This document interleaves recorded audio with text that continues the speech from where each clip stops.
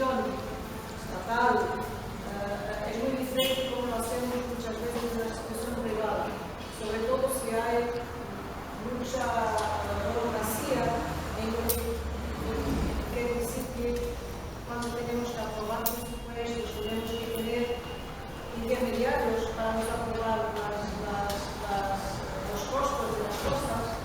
Ya tenemos también que contar con ese tiempo que estamos lidiando con la burocracia, con los trámites administrativos de una institución pública, que por veces una institución privada es más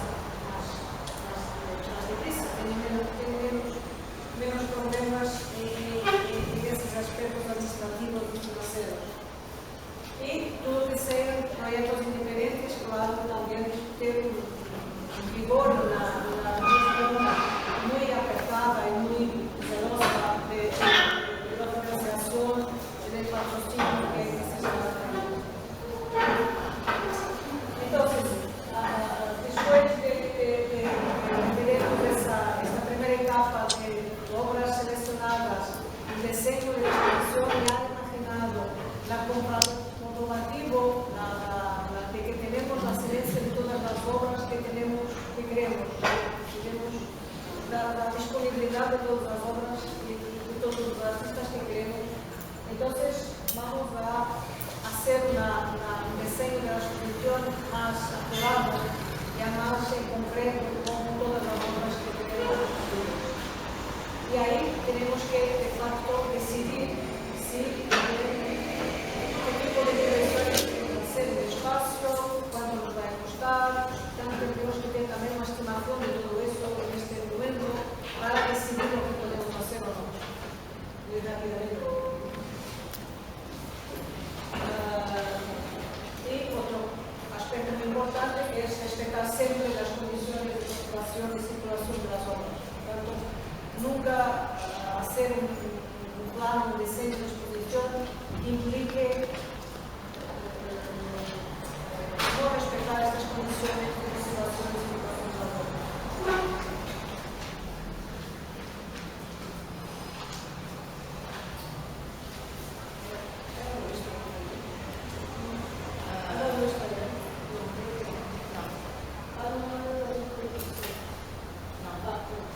Algunas reglas también muy generales de circulación y de percepción de las obras de arte que pueden, claro, según los proyectos, también tener algunas adecuaciones, pero son reglas así muy básicas, ya muy discutidas, muy definidas, sobre todo también en los años 20 y 30 por la Bauhaus, por los designers de la Bauhaus y los arquitectos de la Bauhaus que han estudiado mucho la planificación de exposiciones, de espacios expositivos, que se debruçado mucho sobre las cuestiones de la percepción espacial. Entonces hay mucha bibliografía de algunos aspectos que les han establecido, un poco también como la psicología espacial, como esas cuestiones, que son un poco de senso común, por tanto, que son pequeñas reglas que son importantes y nos ayudan a hacer las cosas. Porque, por ejemplo, la mayoría de la gente tiende a llegar a la derecha en igualdad de condiciones. Si entramos en un espacio, a menos que toda la sinalética, a menos que algo nos indique a la izquierda, nuestra tendencia es girarse para la derecha. Tanto cuando estamos consiguiendo el diseño de la exposición, debemos tener en cuenta ese equilibrio de lo que vamos a ver para si queremos que las personas se gire hacia la izquierda, tenemos que pensar nuestro layout expositivo para que las personas se giren hacia un lado o hacia el otro. Las obras más cercanas a la salida son las menos vistas, por tanto, la gente está cansada. ¿Vale? Por tanto, tenemos que estimar también mucho bien de qué forma disponemos nuestra narrativa visual, nuestra exposición. Preferir siempre rutas más cortas, siempre que haya salido visible. Por tanto, no alcanzar mucho espectador con muros muy compridos de hojas que se van sucediendo sin que hagamos inicial, que el visitante tenga que se girar un poco por otro circuito e interrumpir un poco su visualización constante de las obras. La preferencia por los objetos y un ángulo de 90 a 45 grados, la lectura que hacemos en el occidente de Oriente y otras culturas del occidente, pero nosotros en el occidente de izquierda a la derecha y de arriba a abajo. Por tanto, también cuando estamos exponiendo la sinalética y todo eso, tenemos que tener también en consideración estas cuestiones. Claro que las colores más claras, los espacios más amplios son también más atractivos, pero puede haber proyectos en que los hacemos con colores más oscuras y funciona lo mismo, ¿verdad? Son reglas generales, no es impeditivo que haya otros diseños que utilicen otro tipo de reglas y que lo resulten también bien. Que la atención máxima de un adulto es 30 minutos, yo creo que actualmente es muy menos. 15 minutos, 10 minutos es nuestra atención, nuestra capacidad de estar fixado en algo que es cada vez menor, porque tenemos cada vez más estímulos visuales, receptivos, y por tanto la capacidad de nuestra atención va bajando cada vez más. Que el texto más grande también es el que más visto, claro, es normal, pero tenemos también que articular esa sinalética en la presencia del texto. A veces hay proyectos en que la presencia del texto es muy importante, es un complemento de información a la exposición y ahora tenemos que también equilibrar con las obras, con los pasos productivos. Aquí son algunos ejemplos de estos estudiados por la Bauhaus para la circulación de espacios positivos, dando varios diagramas que nos dicen de qué forma y que podemos. Hay mucha bibliografía mismo en la internet, se encuentran muchos de estos manuales ya disponibles y que son útiles para sabernos, para nos informarnos de qué tipo de diagramas de circulación podemos hacer en proyectos. Unos más rectos, otros un poco más complicados. Y por tanto, eso implica cuando elegimos uno de estos diagramas, por ejemplo, para hacer los pasos de exposición, también que en esos pasos abajo, una planta cuadrada, que tenemos ahí tres cortes en el espacio. Si el espacio no nos tiene estructuralmente, si queremos elegir, por ejemplo, este diagrama, eso quiere decir que tenemos que prever lo costo de la construcción de estos tres muros que no son estructurales, por tanto que son hechos solo para la exposición y que después pueden ser generados. Por tanto, todo eso tenemos que arreglar cuando estamos pensando en el diseño de las exposiciones. Después cuando estamos haciendo un proyecto expositivo y que estamos trabajando también con artistas, es muy importante ese diálogo sobre también lo que el artista piensa sobre cuando estamos haciendo una exposición, por ejemplo, solo de un artista, con la presentación de muchas obras. Claro que el artista también tiene una palabra a decir y tiene que dialogar con el comisario sobre de qué modo va a hacer su proyecto. Y hay situaciones en que los artistas son muy detallados y a pensar muy bien en el modo de presentación de sus obras, sobre todo cuando estamos hablando también de obras que tienen aspectos técnicos muy específicos, y hay artistas que son fenomenales porque ya entregan al productor todo lo que tiene que hacer, entonces es más fácil, pero hay artistas que lo entregan plano nulo, que dicen, esto pensando, hacer así, asado, pero sin un plano concreto. Entonces muchas veces tiene que ser el productor, con la ayuda de un designer o un arquitecto, o no, si no lo hay, que tiene que proyectar parcialmente ahí en el papel un poco el diseño de la exposición. Tanto más que eso es muy importante para quedar como archivo de la propia exposición, del propio proyecto. ¿Vale? Y toda esa documentación es muy importante, no solo para la historia de la institución que está promoviendo los proyectos expositivos, como también para servir por veces de manual de consulta para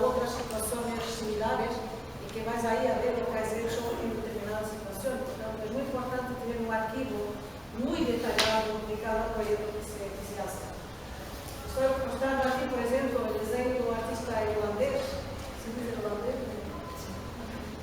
James Coleman, que es un artista que trabaja solo con proyectores de sliders y filme en película. Entonces, es un trabajo muy detallado, muy técnico. Entonces, haremos esta exposición en el museo, una gran exposición solo con trabajos de él. Él nos ha enviado, ha sido un trabajo hecho yo, la producción de la exposición, me ha hecho muy interesante porque nos ha enviado con todos los detalles, hasta las mesas, ha diseñado las mesas en que iban a estar los proyectores de sliders, porque eran varios proyectores una misma columna. Entonces él diseñó toda la distancia entre cada plano, tanto nos envió un layout, un diseño de su exposición mucho detallado, por tanto para quien está haciendo la producción es mucho más fácil para hacer, pero tenemos en cuenta también que en muchos casos no hay esta participación del artista porque no lo quiere, porque no lo sabe hacer también, y esto también puede cargar mucho. Y ese era, por ejemplo, él quería un proyector de película determinado. Tuvimos que alugar este proyector en Holanda, que él trabajaba en Holanda con un fabricante ainda de proyectores de película. Lo que saben es que es más caro, ¿no? Pero muchos artistas están pensando de nuevo a trabajar en film analógico. Por tanto, solo esta empresa, esta firma, ahí lo quería que nosotros lo aplicásemos. Y después ha construido un dispositivo en loop que permitía que la película, donde saben que los proyectores de película no son hechos para estar 8 horas o 6 horas permanentemente rodando en loop. Él ha concebido un sistema, una maquineta que se ponía encima del proyector y que permitía que la película estuviese rodando constantemente a las 8 horas de exposición. Por tanto, tenemos también que activar esa maquineta. Como ven, todos estos detalles son muy importantes cuando empezamos a hacer un proyecto. Ya sabíamos, por ejemplo, antes de empezar a hacer este proyecto, que íbamos a tener costos muy grandes de equipamiento. ¿Vale? Tuvimos que hacer una estimación de los costos que teníamos que tener para hacer la exposición de este artista. Atención que estos costos, cuando estamos eligiendo un artista, si ya sabemos a través del diálogo con el propio artista, cuáles son los medios que precisan, que son necesarios para poner su proyecto adelante. Este es otro caso, un artista de Sudáfrica, que también trabajaba con múltiples proyectores de vídeo. En este caso eran 8 proyecciones de vídeo simultáneas y nos ha enviado enviamos el plan de la exposición. Muchas veces esta discusión, este diálogo, no puede ser hecho sin visitas al propio espacio. Es hecho a través solo de la planta del espacio disponible. Entonces, tenemos que tener alguna capacidad de proyección espacial, porque al dialogar con los artistas o con los comunitarios, hay que dar instrucciones muy precisas sobre el espacio que tenemos y nosotros que conocemos bien el espacio. Entonces tenemos que somos muy importantes en ese diálogo cuando no hay posibilidad del artista o del comisario hacer visitas presenciales a los espacios, de conocer y de ver. En este caso habíamos enviado el plan de la sala del museo donde se iba a realizar la exposición y él ha trazado su diseño donde quería que las proyecciones participen. Para que duro, cuántas, su secuencia. El problema es que podemos bajar un poquito, si no solo un poco. No sé cómo da.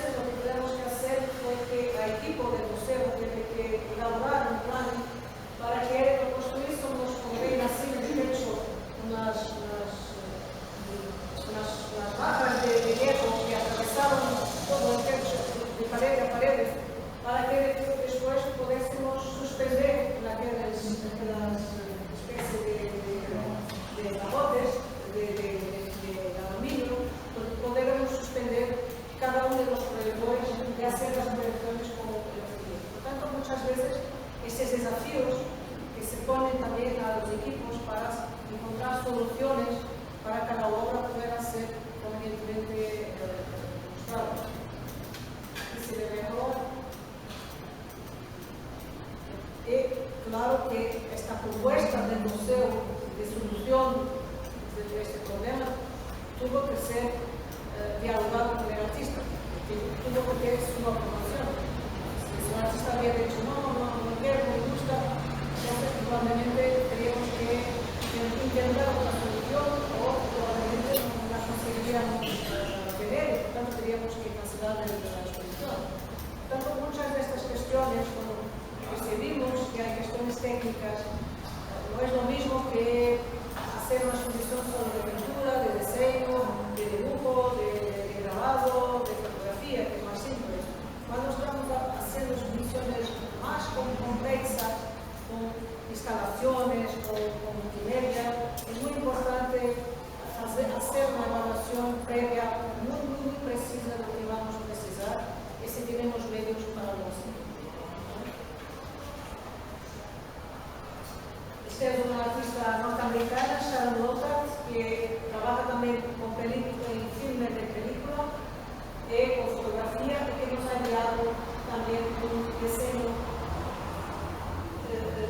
muy detallado hasta la proporción en que los pedestales los pedestales en que está la máquina de proyectar, hasta la otra máquina en la que viene las cajas de las películas estuviesen al lado del filme que está siendo proyectado, y la proporción de todos estos pedestales fue diseñada por ella perfectamente. Por tanto, los tenemos que ejecutar según sus medidas precisas. Lo mismo para la cámara, será un muro y después entrado una pequeña cámara donde se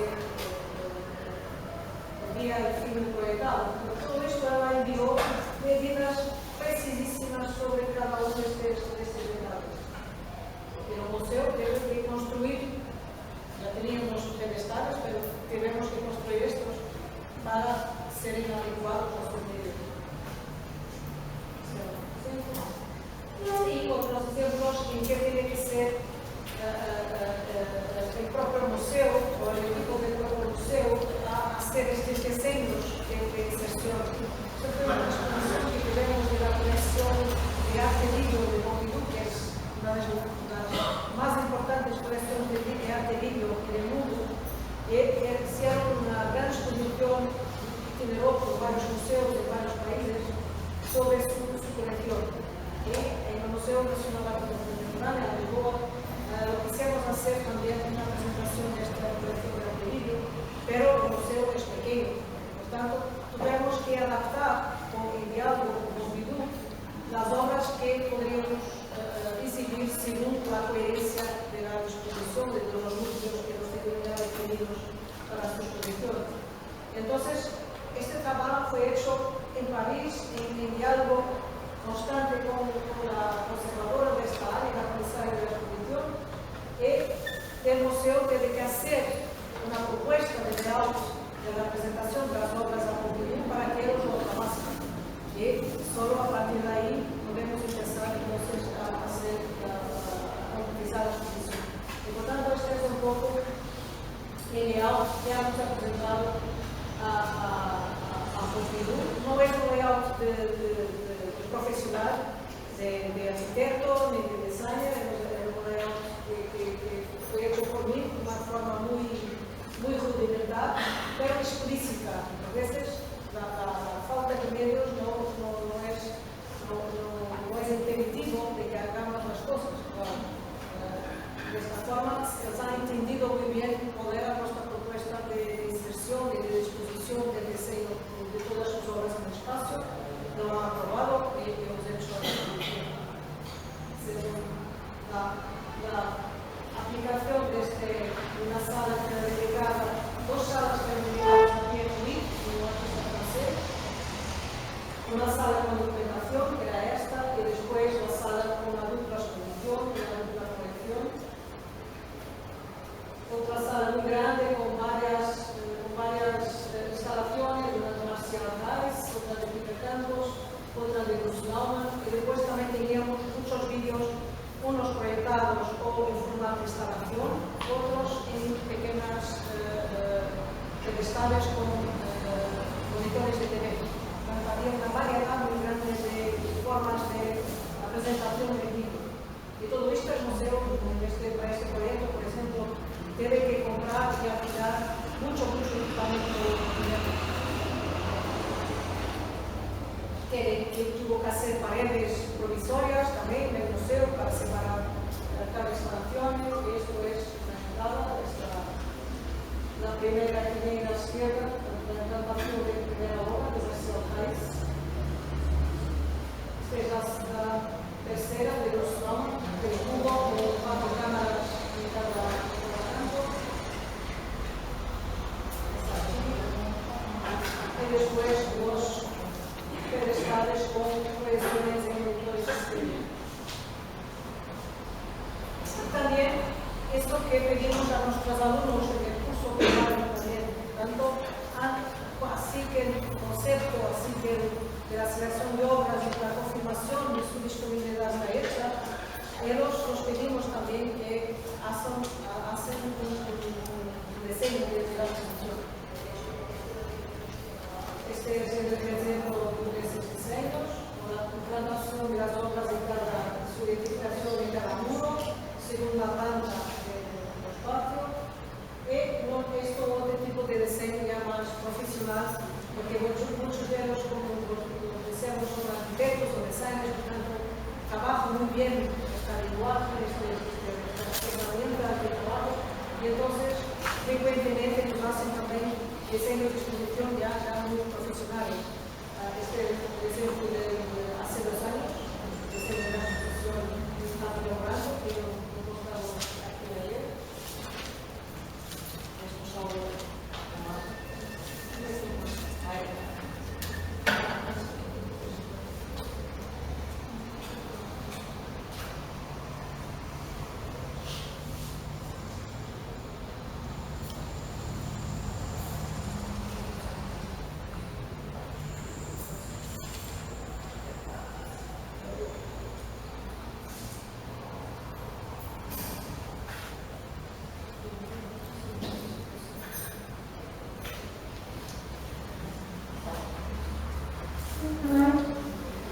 Isso é só para vos mostrar exemplos de um layout mais profissional que há vezes com designers positivos na exposição que há Silveijar no Museu de Arte e Arquitetura de Lisboa.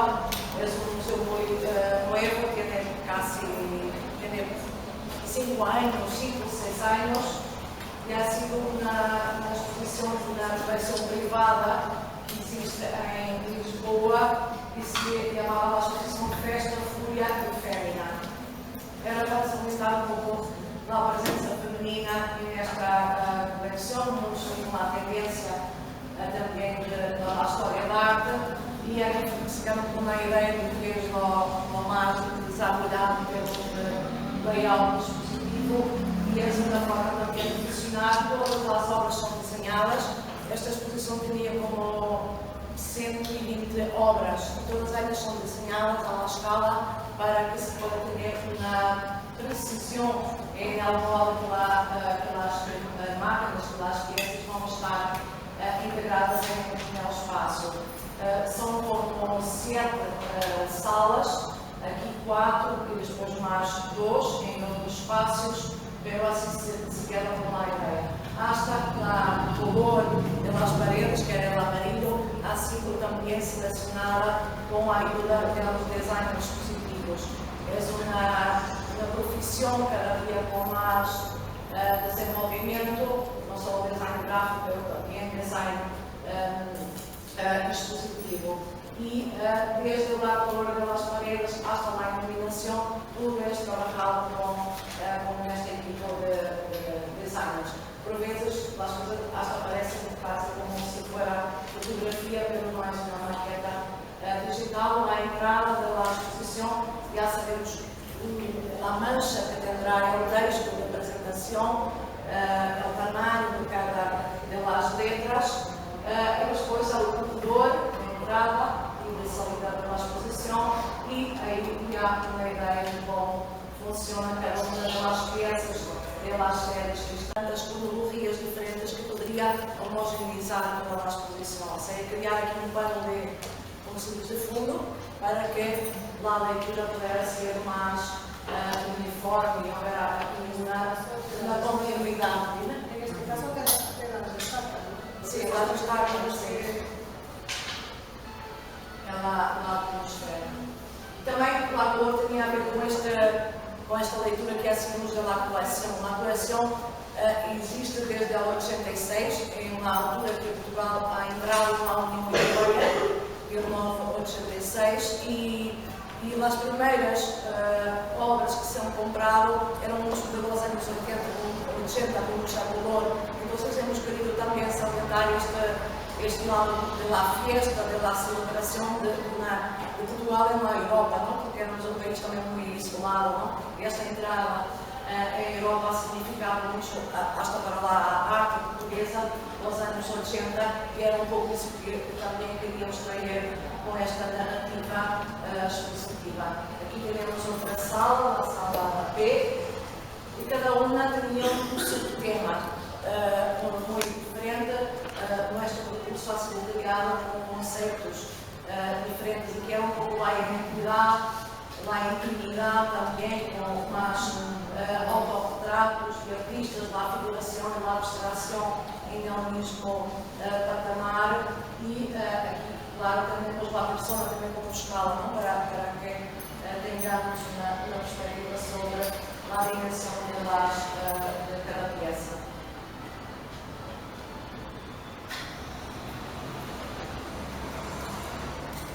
E isto era o que estávamos falando também, que Emília ha reforçado a montagem e a inserção de las piezas também no espaço tem que ser muito precisa, ou seja, a gente que está aí normalmente são gente externa, são equipas externas, e nós pegamos a la hora, então não podem ter momentos de paragem, tem sempre que estar trabalhando, fazendo algo. Então, se temos uma planificação das peças no espaço, não há momentos mortos, não? A gente sabe onde vai comer, sabe qual direção dela está, a dimensão lateral também, e isso poupa muito dinheiro, poupa muito trabalho, porque é impossível que a gente vá a montar uma exposição e esteja aí tentando decidir se me pongo na obra, se me pongo outra, não. Isto é algo trabalho muito sistemático e muito preciso.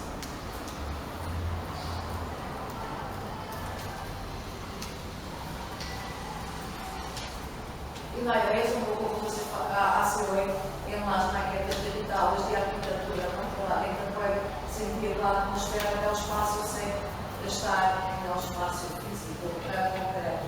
Esta era la última sala de la exposición, de este piso de la exposición.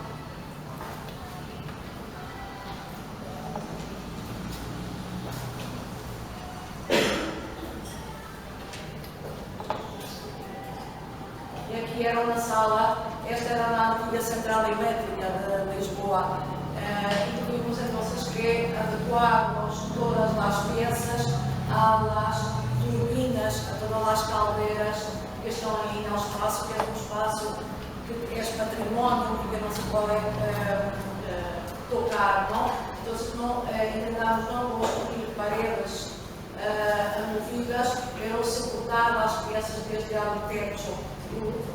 Vosotros veis una gran fotografía en el medio del espacio, una artista portuguesa, Helena Almeida, que la colgamos desde el techo, hace un trabajo monumental, porque hemos tenido que hacer una pieza también en hierro, para soportar el encaje de la pieza de fotografía.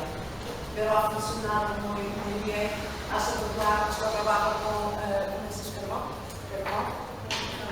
carbón, ella trabalha com carbón no suelo, e aqui se usava com carbón para a central elétrica.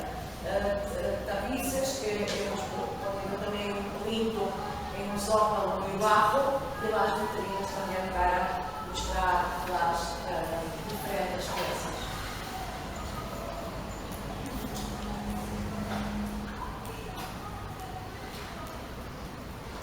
Y bueno, así quedaron con una idea de lo que puede ser.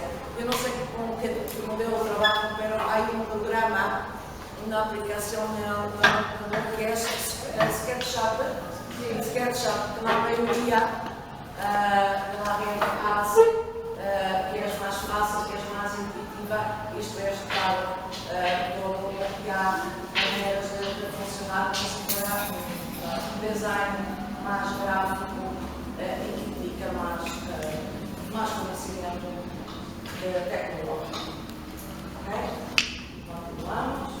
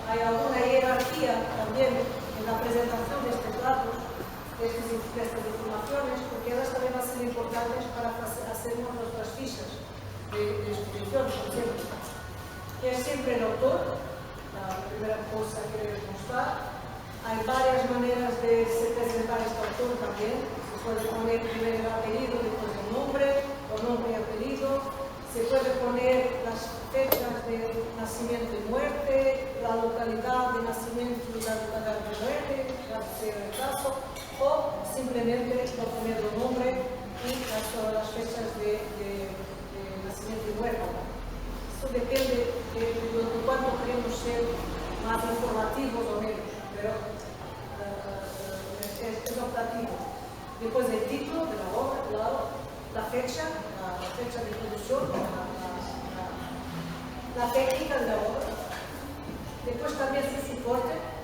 Creo que saben cuál es la distinción de soporte y vídeo, todos. ¿Sí? ¿No? Entonces, una obra, sea un diseño, sea una pintura, sea una fotografía, lo que sea, tiene primero el bidimensional, claro. Estamos hablando de soportes bidimensionales. Tiene el soporte, la materia del soporte, que puede ser papel, ¿vale? Si por una pintura puede ser lienzo, puede ser otro material. Tenemos un soporte sobre el cual el artista va a aplicar un vídeo. Puede ser un crayón de color, que puede ser una tinta al óleo, ¿vale? Una cosa es el soporte, otra el vídeo, ¿vale?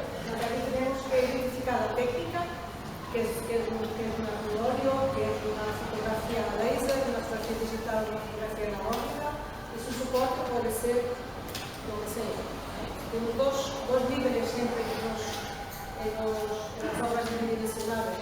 Y cuando vamos a hacer también el informe de conservación, tenemos también que mirar a esos dos componentes, el soporte y la materia que estamos aplicando en el soporte. Después del número de elementos, estamos hablando de series de pintura, de fotografía, de lo que sea, de instalaciones. Todos los elementos deben estar identificados, hasta lo más insignificante o más pequeño, hasta lo mayor. ¿Por qué? Porque una vez más, si estamos hablando de una instalación que tiene 10 elementos, tenemos que contratar su transporte para 10 elementos con determinadas medidas. Por tanto, eso una vez más es fundamental. Hay también una convención para identificar las dimensiones de la obra, porque muchas veces en las obras bidimensionales tenemos una cosa es las dimensiones de la obra, otra cosa es las dimensiones del marco, ¿vale? Por veces no son las mismas, porque podemos tener, como he dicho, passepartout, que por veces tenemos aquí soportes secundarios, ¿vale? Es un poco más complejo. Podemos tener un soporte primario, imaginen, muchas veces la gravura, el grabado se hace así. Tenemos el primer soporte de grabado, después podemos tener un otro soporte que da que el grabado es puesto y después el marco. En este caso tenemos dos tipos de soporte. Un soporte primario, que es donde está en la materia, y un segundo soporte que está marcando un poco. Esto es importante porque cuando vamos a hacer una contratación de transportes tenemos que dar las dimensiones del marco y no de la obra. Si el marco es mucho mayor que la obra, entonces es esa medida que tenemos que ejercer para el transporte. Después también para soportes vídeo, para soportes de filme, vídeo, película, lo que sea, también hay una convención que tenemos que una parte sabe, está ahí.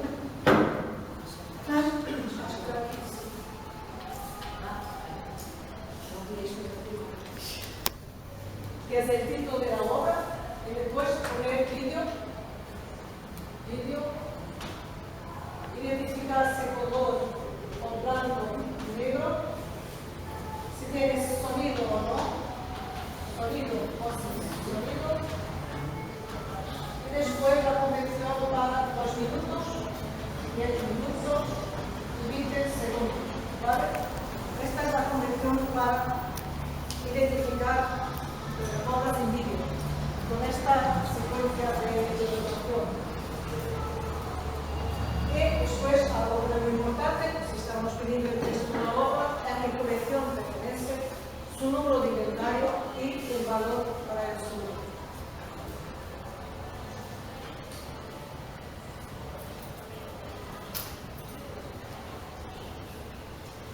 En el diseño de la exposición también es muy importante tener la planta del museo de la galería o fotografías de la planta, de otras exposiciones. Hay hechas, por ejemplo, para tener una idea del espacio cuando no podemos ir visitarlo. Un plan, elaborar el tal plan de circuito de la exposición.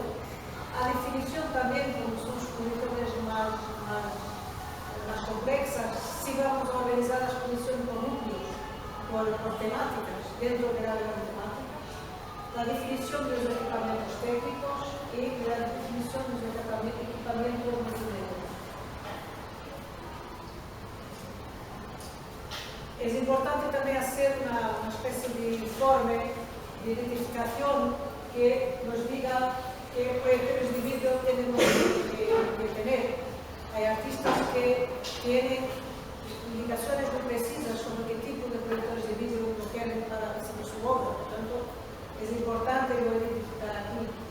Los lectores, si estamos hablando de lectores multimedia ainda más antiguos, o si ya estamos hablando de ficheros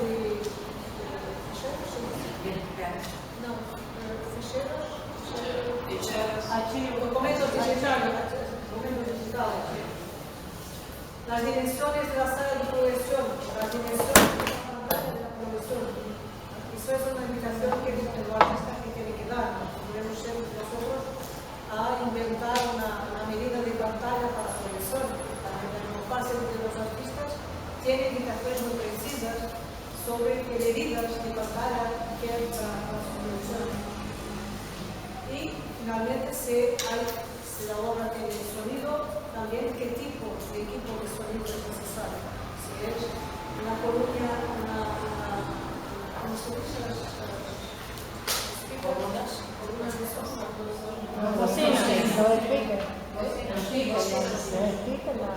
Los altavoces, la bocina, los speakers. Las bocinas si son preamplificadas, si tienen sistemas de forma estéreo, de estéreo. Y algo también muy importante, porque nos va a ser muy útil para hacer todo tipo de otras informaciones, la biografía del artista, la sinopsis de su obra, la obra que estamos pidiendo, imágenes, de preferencia imágenes que pueden ser publicadas, pueden ser utilizadas para comunicación y otras y otras observaciones que consideremos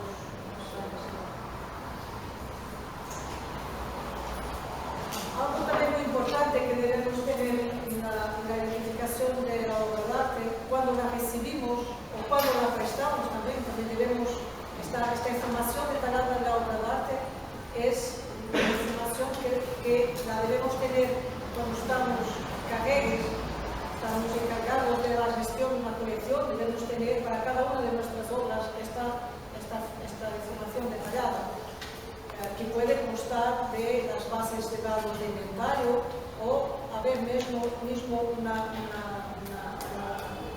informe alternativo y complementar la propia obra de arte para cuestiones más técnicas. Y tenemos que la recibir, pero también si prestamos nuestras obras tenemos que lavar, que la prestamos, que son las cuestiones de conservación preventiva de las obras. Y hay una serie de recomendaciones ambientales más o menos genéricas, más o menos practicadas para todos los museos internacionalmente, que dice respecto a tres valores importantes, que son la unidad relativa, la temperatura y el lux.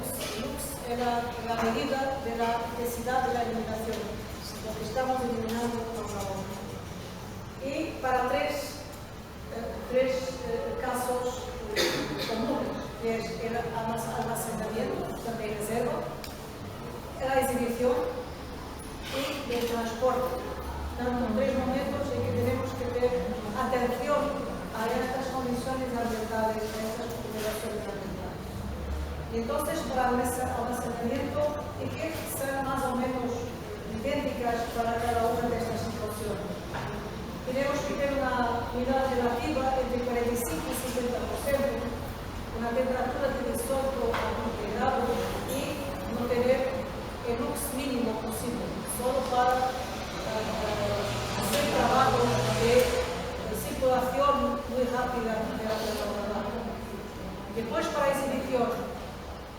45-50%, la perspectiva para lo mismo, y dependiendo de la tipología de la obra, si estamos hablando de diseño, fotografía, por ejemplo, en sala de exposición, la iluminación de las obras no debe ceder en 50 luz, porque son obras muy frágiles.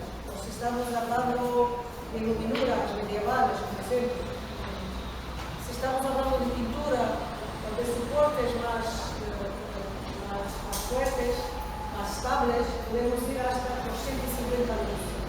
¿Vale? Pero, por tanto, hay también muchos museos internacionales, algunos museos que tienen sites tienen muchas informaciones de conservación preventiva. Y muchos de ellos tienen también disponibles en la internet mapas de estas tres, hasta de radiación ultravioleta también.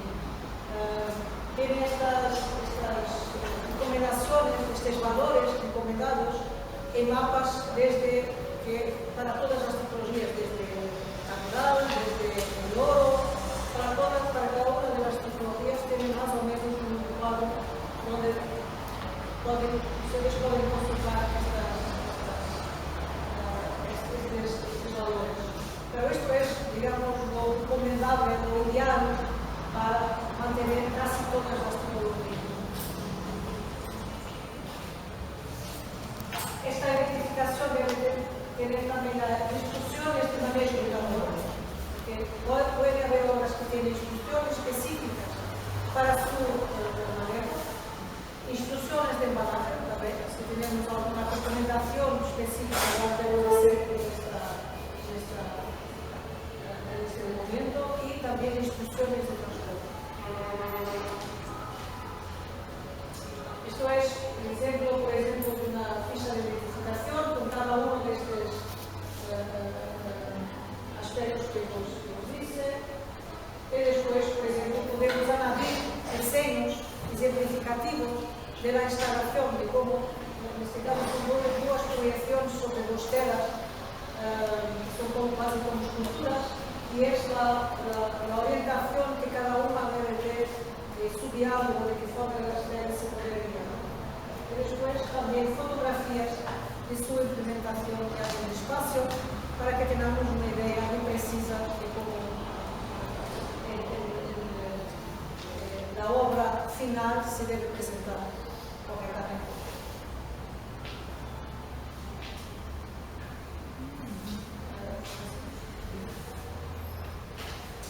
Entonces, todos los procesos de préstamo de obras también tienen que tener estos tres documentos principales. La memoria de instalaciones, el Facility Report, que es muchas veces la aprobación de un préstamo depende desde el análisis de este Facility Report. ¿Todos lo saben leer también? Sí. ¿Sí?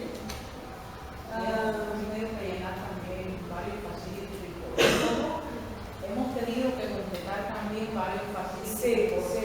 Por tanto, es una información lo más completa posible del museo o de la institución. Y que muchas veces el análisis de la institución que vaya a prestar ahora en este documento está dependiendo de la aprobación del préstamo. Por ejemplo, si la institución no tiene vigilancia por vídeo, por cámaras vídeo, puede ser un impeditivo para que yo no quiera prestar mi obra, porque considero que no hay vigilancia suficiente a los pasos, por ejemplo. Después el contrato de préstamo de obra, que es hecho entre instituciones, entre que vaya a prestar la obra y que la vaya a recibir.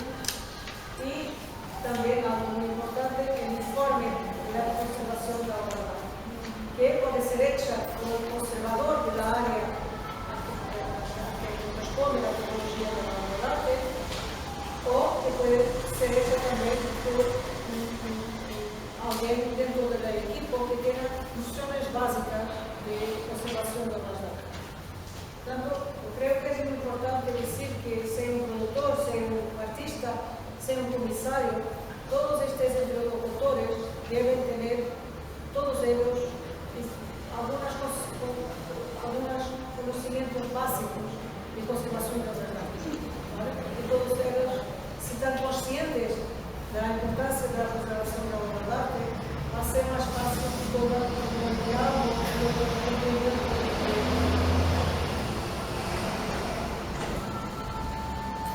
tanto el fácil que reporte es un documento que debe ser muy detallado, que debe ter desde áreas de distribución y reservas hasta niveles de vigilancia y seguridad, datos ambientales, un poco de todas estas informaciones.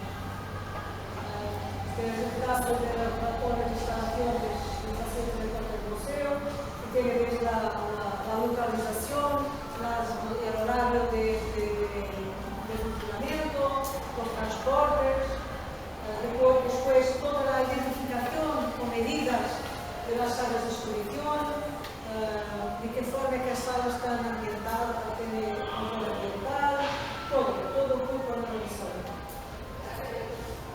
Los sistemas de seguridad, los sistemas de alarma de intrusión, sistemas de detección de fuego también, si hay, si no hay, si los hay, de qué modo están instalados, de qué forma están instalados, cómo funcionan. Después el sistema de climatización que es utilizado en el museo, cuál es su condición ambiental, más o menos, una media de cuál es su condición ambiental habitual, la iluminación, qué tipo de iluminación el museo ofrece en cada una de sus salas. Y después también el contrato de préstamo que debe tener una serie de identificaciones importantes. Desde el objetivo definido de la exposición, información sobre el proyecto expositivo, la información completa de la obra de arte, como les he dicho, la redacción completa, si estamos hablando de muchas obras, o una vez más de tipo, autor, año, materiales y técnicas y inventario. Después el título de la exposición, datos de la institución solicitante, por tanto, cuál es el museo que está pidiendo el préstamo, su morada, su contacto, su responsable.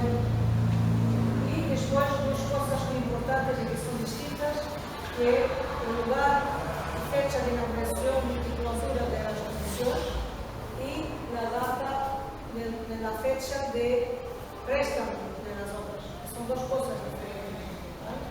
Tanto cuando vamos a hacer un seguro, lo que tenemos que hacer es dar los datos de préstamo de la obra. Y claro que si tenemos una fecha de inauguración, quiere decir que tenemos que tener pues todo el tiempo de la obra transportada y de hacer su montaje. Entonces quiere decir que por lo mínimo tenemos que tener la obra en el museo 3 semanas o 4 semanas antes de la inauguración. Y cuando la exposición termine, lo mismo, ¿vale? Tenemos que tener tiempo de hacer la desmontaje y de devolver todas las obras al prestador. Entonces, la fecha de préstamo es siempre más larga, más longa que la fecha de exhibición. Y esa fecha más larga que debemos, ¿vale? Por tanto, nunca cometer el error de pedir un préstamo seguro solo de las fechas de apertura hasta la fecha de clausura de la exposición. Tenemos que cubrir el tiempo de transporte y de montaje. ¿Está claro? ¿Sí? ¿Alguna duda?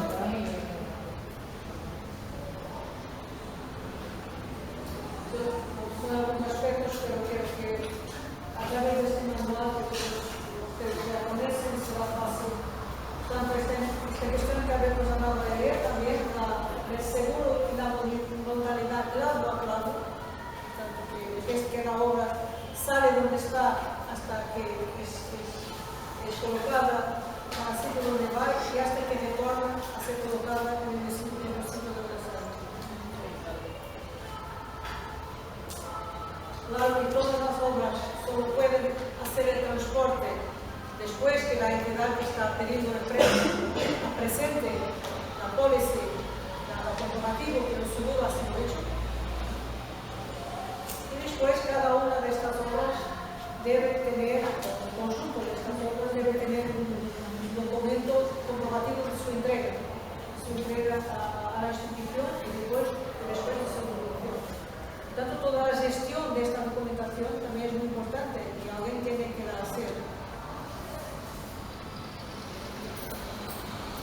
El transporte que siempre paga también por la entidad que está pidiendo el préstamo.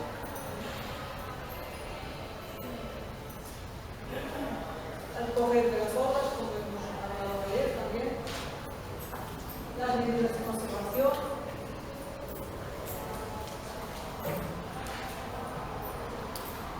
y el informe de conservación, que es muy importante y que debe siempre acompañar todas las obras que salen y que tiene que ser verificado cuando la obra llegue a la institución que la ha hecho el préstamo y cuando sale cualquier cambio o daño en la obra, sea en el transporte, sea durante la expedición, tiene que ser inmediatamente comunicado al prestador. Por tanto, no podemos considerar que vamos a esperar que la exposición cierre para que informemos al propietario o al propietario que ha recogido lo que sea con la obra. No, tenemos inmediatamente que hacer esta comunicación y hacer un relatorio de lo que ha pasado, de cómo ha pasado.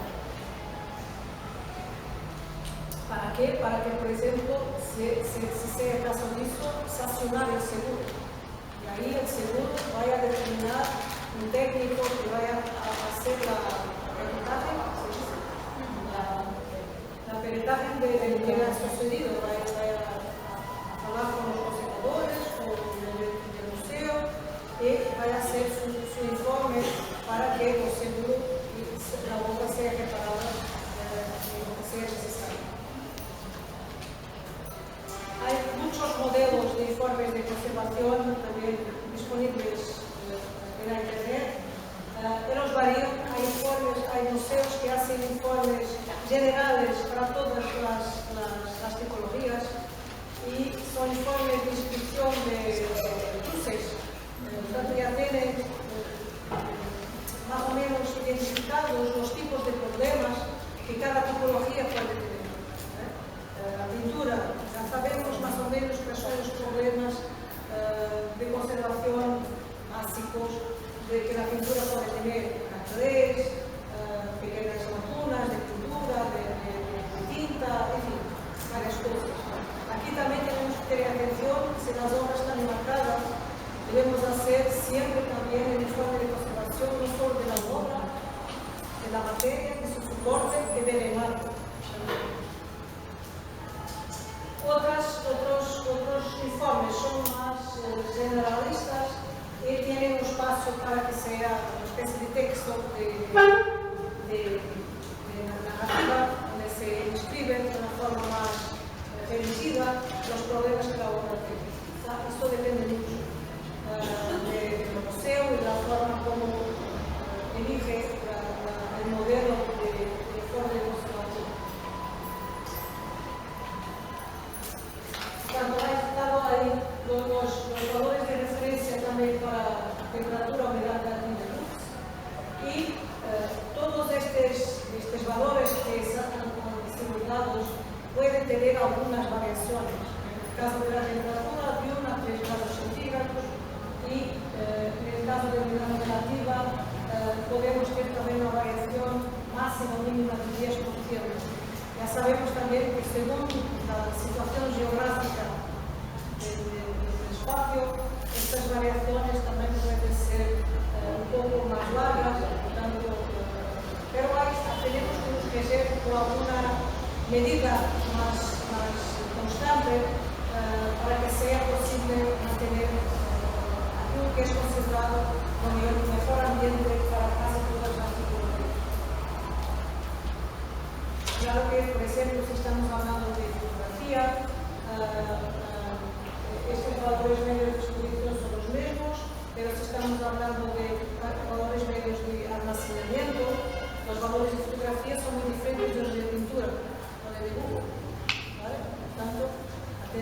los valores para almacenamiento, para reserva de las obras, cuando las hemos hablado, pueden variar según la temperatura. Esto es un medidor de temperatura y humedad que se utiliza mucho. Hoy en día también hay muchos tiempos, sobre el tiempo en que los medidores tenían un gráfico que rodaba que iba registrando que todos los días teníamos que días a semana teníamos que coger la hoja donde estaba escrito el gráfico de la temperatura y humedad. Hoy en día hay programas, estos dispositivos ya están conectados con aplicaciones informáticas, porque es muy bueno, que permite que nos hacen luego una estimativa de cuál es la temperatura que tuvimos en el museo en la última semana, en el último mes, en la data, en la fecha tal. Tanto él lo hace como nos da un registro muy completo y ya muy analizado estadísticamente de todas estas diferencias. Sí, somos responsables por este monitoreo ambiental, lo debemos hacer pelo menos 2 veces al día, por mañana y por la tarde. Y situaciones anómalas son aquellas cuando se producen fluctuaciones muy grandes de estos valores considerados aceptables. Por tanto, si hay una fluctuación muy grande de estos valores que les he dado, eso quiere decir que tenemos que llamar a un técnico en la área para corregir ese valor. La obra data también puede colocarse cerca de fuentes de calor, de frío, fuentes de aire fuerte como radiadores, humidificadores, salidas de aire acondicionado, sistemas de ventilación. Por tanto, si tenemos un sistema de ventilación que está pasando ahí, por ese muro, a partida no debemos considerar ese muro para exponer una obra o para guardar, porque puede haber algún problema en la conducta de aire y caer agua, por ejemplo. Como les he dicho, hay varias tablas analizadas de valores mínimos y máximos de las que están disponibles en los sites de museos, de grandes museos. La Tate en Londres, Getty Museum en América, son museos de referencia para las cuestiones de conservación. Por tanto, ellos tienen muchos artículos sobre cuestiones de conservación muy interesantes, siempre muy actualizados. Tienen también estas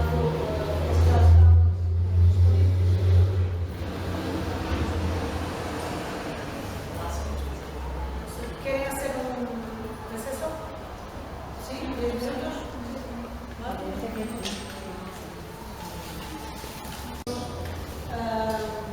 Y ese es también un tema muy importante porque la mayoría de las opciones ni siempre podemos cambiar el sistema de iluminación que ya está instalado. Tenemos que saber bien, por eso en el Facility Report, eso también es una información importante que la institución debe ofrecer. ¿Qué tipo de iluminación puede estar instalada en sus instalaciones para que podamos también avaliar si es una iluminación adecuada a las obras que están pidiendo prestadas.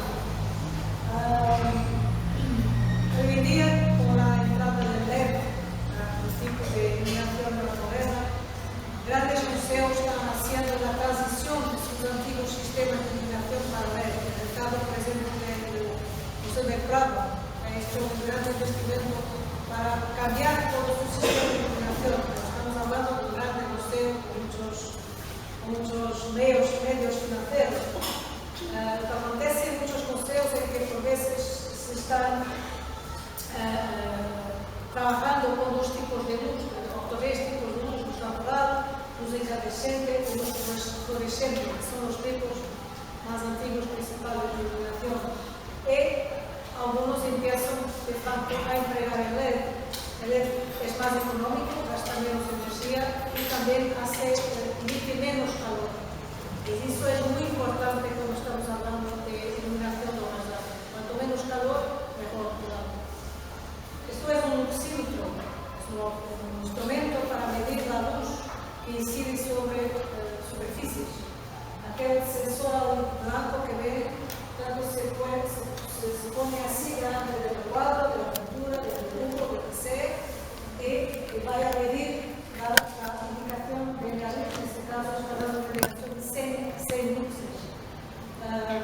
Por tanto, esto permite también, cuando tenemos sistemas de iluminación en que podemos grabar la intensidad de la luz, cuando estamos haciendo la iluminación en unas condiciones, la última cosa que se hace después de todas las obras montadas es que las vamos a iluminar.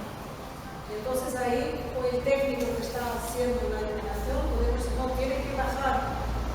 Imaginen que estamos iluminando una fotografía, tenemos que decir al técnico, no, está muy alto, tienes que bajar hasta los 50. Y esto tenemos también, cuando hacemos el diseño de la exposición, considerar que si al lado de esta fotografía vamos a poner una pintura, probablemente tenemos que bajar más la iluminación de la pintura para que la iluminación de la fotografía no sea muy alta. ¿Entienden? Hacer un equilibrio para que no vamos a perjudicar la fotografía en relación a la obra. ¿Está claro?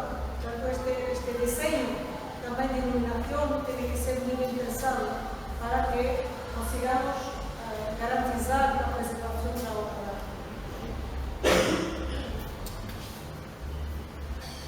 Aquí varios sistemas de iluminación, de varios ejemplos de varios museos. Ahí arriba tenemos un tipo de iluminación muy escenográfica, ¿no? Porque cada objeto, cada obra está cirúrgicamente iluminada, va a ser un efecto más escenográfico, más teatral, o por debajo tenemos un tipo de iluminación más que llamamos más de forma de familia, claro que es más homogénea, que no se destaca propiamente a ninguna obra y es todo más claro. Eso, claro, depende mucho de la propia exposición, del propio objetivo de la exposición, como también de los medios de comunicación disponibles.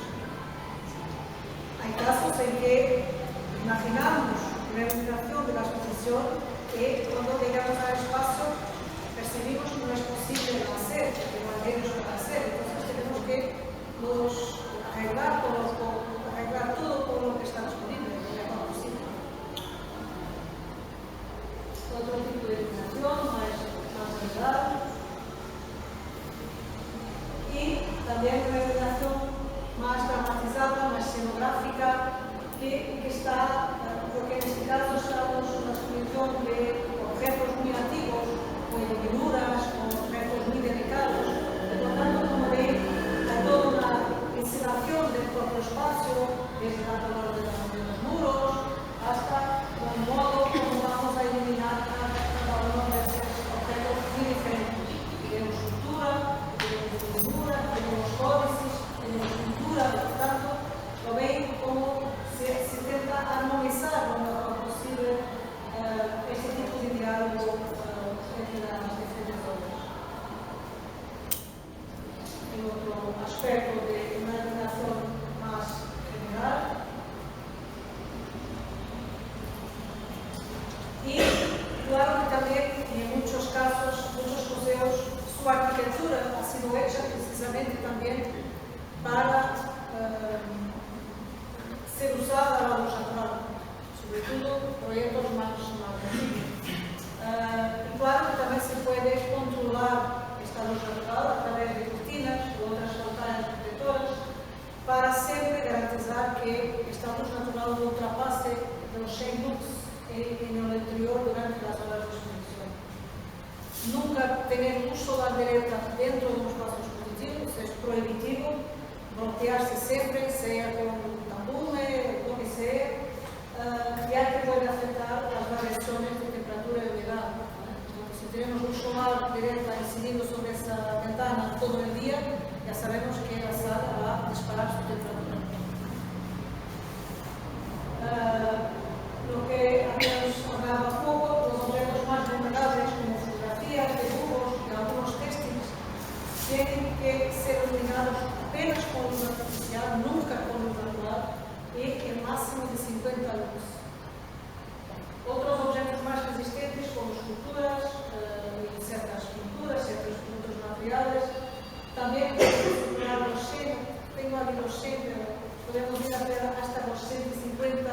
en estructuras como bronce, mármore y cosas así.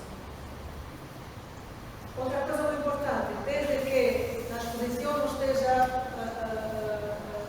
abierta, tanto al público no pueda hacer la exposición fuera del horario de exposición, la iluminación debe ser reducida hasta cero, o entonces debemos normalmente tener una luz de seguridad, de presencia mínima que nos sea de luz. Y cuando tenemos que limpiar, hacer la limpieza de los espacios positivos, también hacerlo lo más rápido posible porque la incidencia de la luz sobre las obras es cumulativa. Tanto cada hora que estamos haciendo ese luz, ela va a estar contribuyendo para la degradación de la obra. Entonces, todo lo que podemos retirar de acumulación de luz es muy importante. Es por eso también que es muy frecuente hacer una especie de cuarentenas de las obras. Por ejemplo, colecciones, obras que son muy requisitadas, que están siempre siendo muy expuestas, muy requeridas para exposiciones temporarias, permanentes, lo que sea. Llega un momento en que el conservador de la área tiene que hacer su análisis permanente y periódica de las obras y puede recomendar que ciertas obras, por ejemplo, con fotografía, se hacen mucho eso, porque cada hora que la fotografía está expuesta a la luz, mesmo que sea controlada, está contribuyendo para su celebración. Tanto si una obra está a ser constantemente expuesta durante un año, llega dado tiempo que tenemos que basta, esta obra tiene que ficar de cuarentena un año o dos, porque consideremos necesario. La radiación ultravioleta también es un lado muy importante y que es muy nocivo, por eso se deben siempre utilizar, como tenemos en nuestra filtros en las ventanas, y hay también dispositivos para medir la radiación ultravioleta y que debe ser siempre considerada inferior a 35 microvatios por minuto. Otro tipo de iluminación más global, que son grandes museos, y dispositivos también más modernos, más contemporáneos, en este caso el Museo de la Imaginería de París, que tiene los buffers de expuestos, en que esta galería ha sido concebida con esta especie de grande techo de luz natural, pero ha sido una obra arquitectónica pensada específicamente para iluminar esta luz. Por tanto, cuando podemos hacer proyectos así, también es muy interesante de qué forma toda la galería ha sido pensada ya con esta apertura luminosa y con su control muy riguroso también.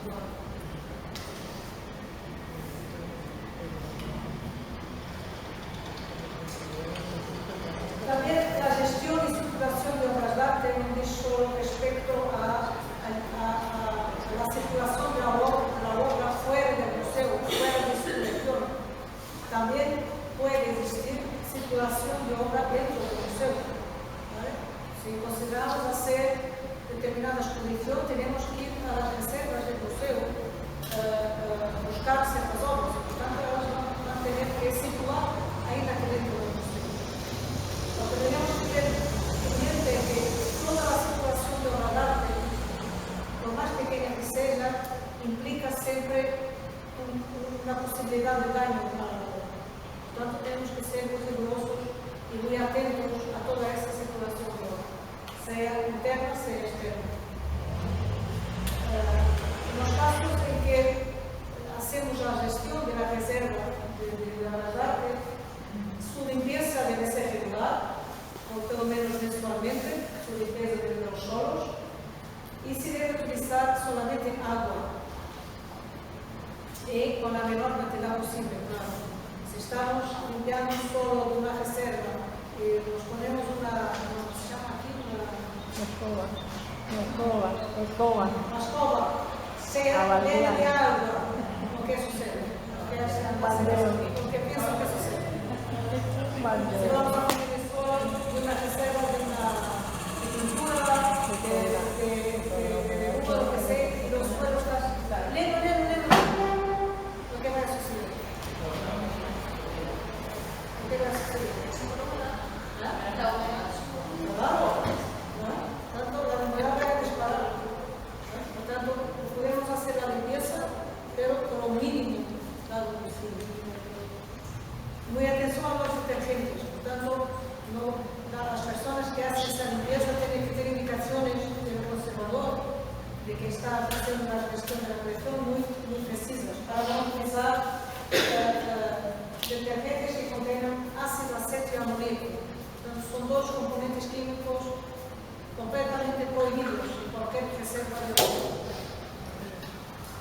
Y la limpieza de las obras expuestas, cuando las obras están expuestas, hay una manutención normal de limpieza que también debe ser realizada siempre por alguien capacitado. Esta circulación interna de obras también es una especie de regla para cuando estamos haciendo la montaje de exposiciones y que debe cumplir los siguientes procedimientos: evitar cualquier circulación innecesaria de obras, esto es, lo que habíamos hablado ayer, que no pueden hacer circular 50 obras para o espacio para ahí decidir y andar poniéndolas en los muros a ver porque fica mejor, así no, ahora ponía aquí, ahora por eso es tan importante el diseño de las políticas. Cuando las obras suben a las salas para ser montadas en los muros, ya deben ser las obras finales que vamos a utilizar. No hacemos circulación de obras para el espacio para las elegir ahí. La elección de las obras que vamos a poner tiene que ser hecha anteriormente en el papel, en nuestra cabeza, en nuestro diseño, que sea más rebuscado, más profesional o más amador. Nunca realizar dos tareas al mismo tiempo. Cuando estamos haciendo una situación de una obra, que normalmente también debe ser hecha, ese transporte de esa obra, sea exterior o internamente, por personal capacitado, nunca estar haciendo la transportación de una obra y estar haciendo otra tarea cualquier. Estamos haciendo situación de obra y situación de obra. La manipulación de las obras de dibujos, de pinturas, de fotografías, también tiene guantes adecuados. Por ejemplo, si estamos haciendo la manipulación de fotografías que no tienen marcos, tenemos que usar siempre guantes de algodón para que no dejemos de dar las marcas. Nunca manejar dos trabajos al mismo tiempo. Esto es, si tienen dos pinturas que son pequeñas, no las poner una de cada lado. ¿Qué hacer eso? Porque una te puede caer. Por tanto, las obras tienen que ser aseguradas con la máxima firmeza, con la máxima seguridad.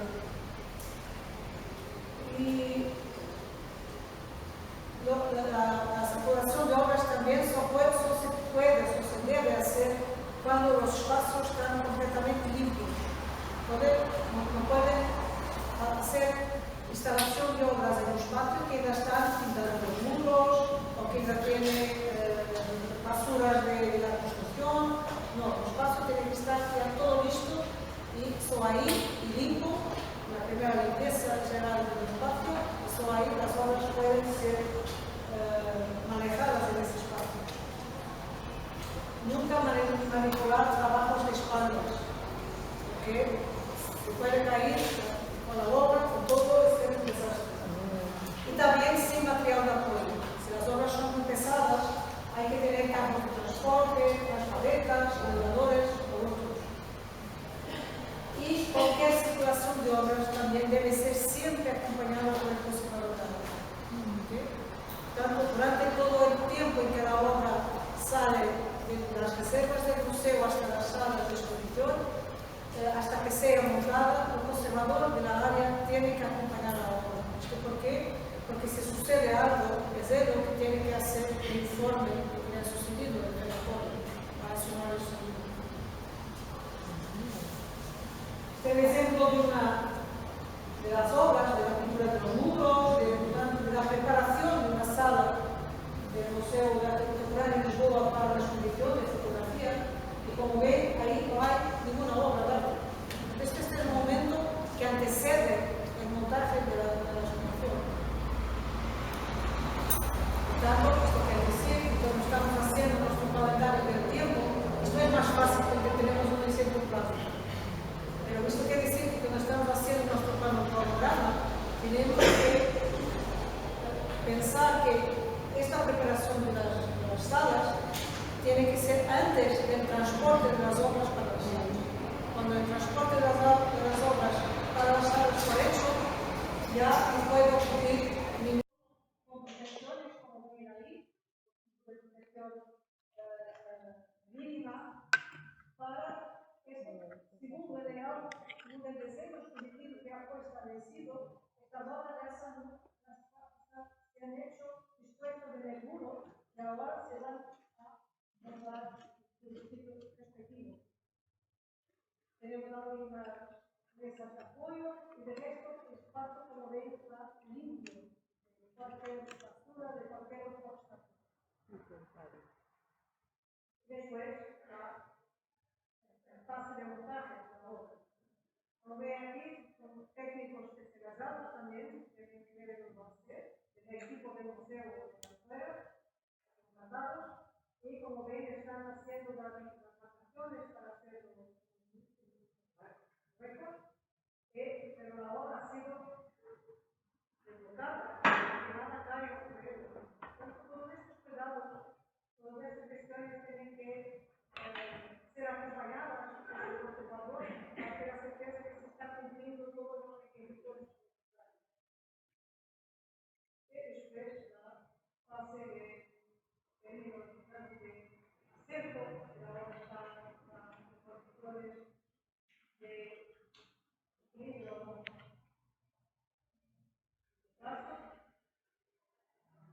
que sean diseños más simples o como este diseños más complicados, como están a ver, todo esto ya debe estar determinado, predeterminado, para que cuando el equipo entró ahí, ellos ya sabían qué distancia cada una de estas fotografías tenía entre sí, de los muros y todo.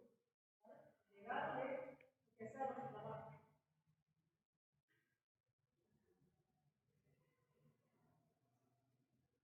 También es necesario tener un gran cuidado con las obras más grandes, obras de grandes dimensiones o de mucho peso.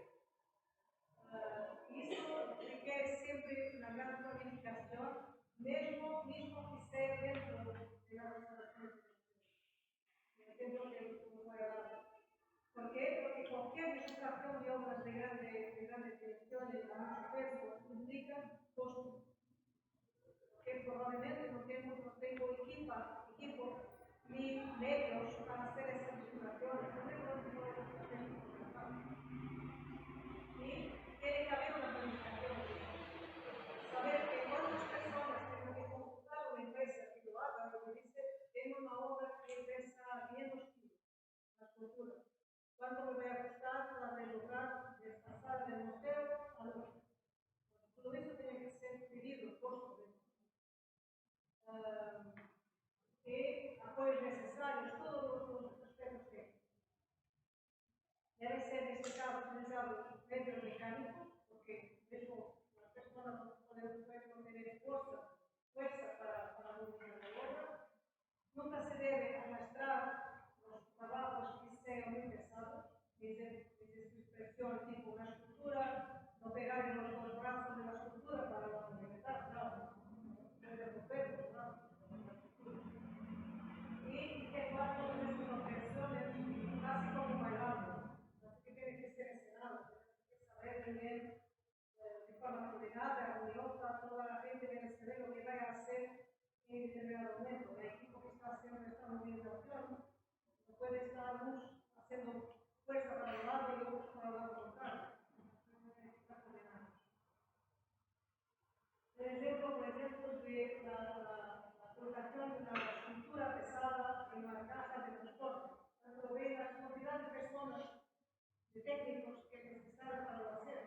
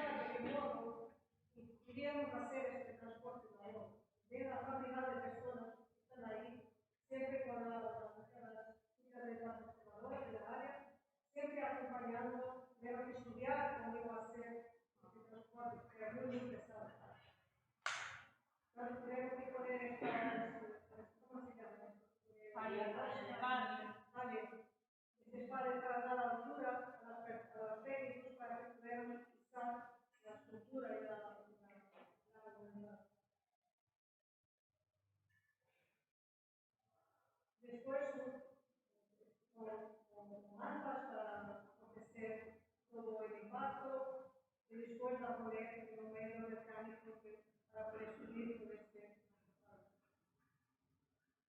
Lo mismo con las pinturas, por ejemplo, de grandes dimensiones. Es una de las más importantes pinturas portuguesas del siglo XIX, finales del siglo XIX. Es una pintura muy grande, muy importante en la historia del museo. Estaba en las reservas, que eran muchas veces requeridas para las funciones temporarias, de permanentes. Y por cuestión de espacio, cuando almacenábamos en la reserva, teníamos que quitar el marco, porque el marco no cabía en la nave de la reserva. Entonces, cada vez que queríamos terminar la obra, teníamos que meter en el marco. Bueno, esto es muy complicado para preservar una obra de pintura que tiene ya muchos años, porque exactamente, que estaba poniendo en riesgo la materia pictórica. Entonces, cada vez que teníamos que presentar, teníamos que marcar la cantidad de personas que era necesaria para hacer. Y aquí, después también para hacer su montaje, porque decía mucha gente, entonces a la altura decidimos que la pintura tenía que estar de forma permanente en un muro del museo, y así está, porque estas permanentes circulaciones de la obra están siendo prejudiciales a su presentación. Otro ejemplo también de condiciones que tienen que tener ainda medios más complicados de transporte. Es el caso de una exposición que se llama también en el Museo de Real Thyssen, de la Artista Armada de Real Thyssen, de obras de pintura de grandes dimensiones, que fueron transportadas de camión, climatizado, pero después no tenían, porque el museo de Lisboa tiene una planta muy complicada de accesos, tiene escaleras muy pequeñas, estas pinturas no podían dar la vuelta, ni tenían muy batallas para subir las salas de pintura. La única ventana que teníamos estaba en un piso encima. La única ventana por donde estas cajas por todas podían entrar. Entonces tuvimos que alquilar unidades, una grúa. Tenemos que alquilar una grúa, llevar la grúa bastante rápido para que las pinturas puedan entrar en las salas de pintura.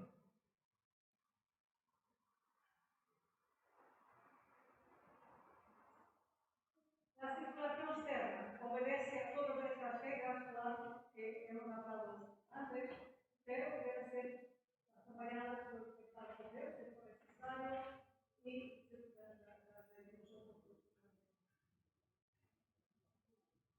Hay varios materiales, pero es muy importante que nosotros, desde artistas, creadores, usuarios, productores, técnicos de los museos, sepamos también los materiales de embalaje, sus características, sus objetivos principales. ¿Esto por qué? Porque si vamos a contratar los servicios de embalaje y de transporte, también tenemos que fiscalizar si lo están haciendo como debe ser, si están entregando los materiales correctos. Entonces, hay varios materiales de embalaje, pero cada uno tiene una finalidad también diferente. En caso, por ejemplo, estas espumas de polietileno de alta densidad, que son adecuadas para proteger marcos y para proteger también objetos tridimensionales como esculturas, pero que no deben estar nunca en contacto con la ropa. Estos materiales son nocivos, tanto no podemos meter aquí en contacto con la placa de estas, la fotografía, sin marco claro, la fotografía, o el dibujo, o mismo la pintura. Ela serve, esse tipo de material serve para hacer una protección anti-choque de las capas, de lo que sea transportado. También esta espuma de poliuretano, que tiene un poco la misma función, nunca debe estar en contacto directo con la otra y sirve muchas veces precisamente para rellenar las cajas de transporte, sea de madera, sea de cartón, tanto para hacer rellenos terreno, caja de madera con varias divisiones, y después tiene siempre esta protección anti-choque de frío, para que las obras van a ir sin tener lo mínimo movilidad dentro de la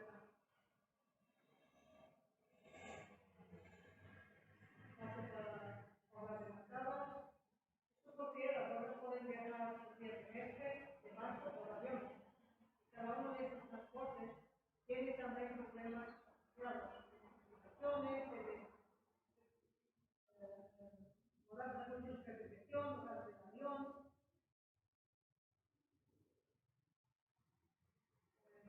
casa de madera, pero con todo su protección interior de la obra.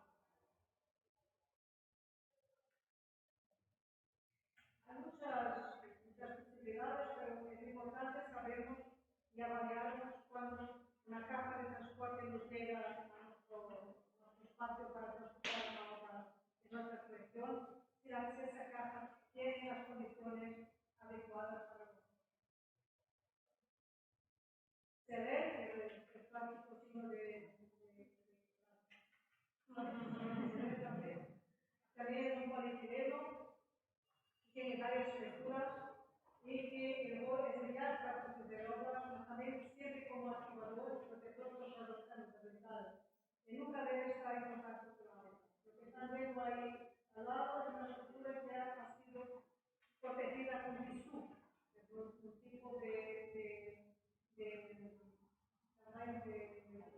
material que es más inocuo, que haga más neutro, parece un poco estos papeles de tecidos y que sí siempre puede estar en contacto con las otras. Y también lo que es muy importante, por ejemplo, es saber que estos materiales tienen fases que deben estar en contacto mismo con partes más robustas con los calor. Por ejemplo, el papel de celer, las pequeñas bolitas que tienen, no debe estar en contacto con marcas, por ejemplo. Pueden dejar marcas. Si están en contacto directo con marcos, pueden dejar marcas de la pintura. Tiene que ser un marco negro. Si estas deben ser utilizadas en su fase lisa, no al contrario. También no lo modo como utilizamos estos materiales cuando tienen dos fases diferentes, también tiene que ser lo adecuado.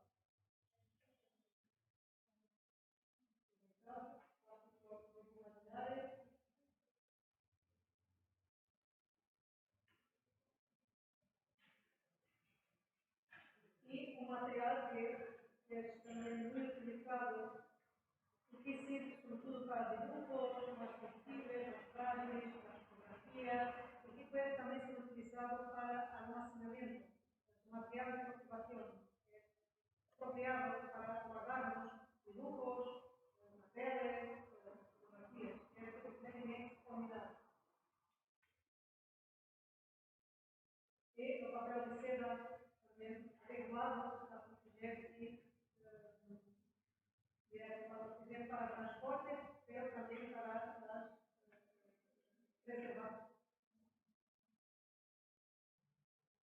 Y aquí también varios tipos de cajas de madera, de metal, que pueden ser utilizadas y son utilizadas frecuentemente en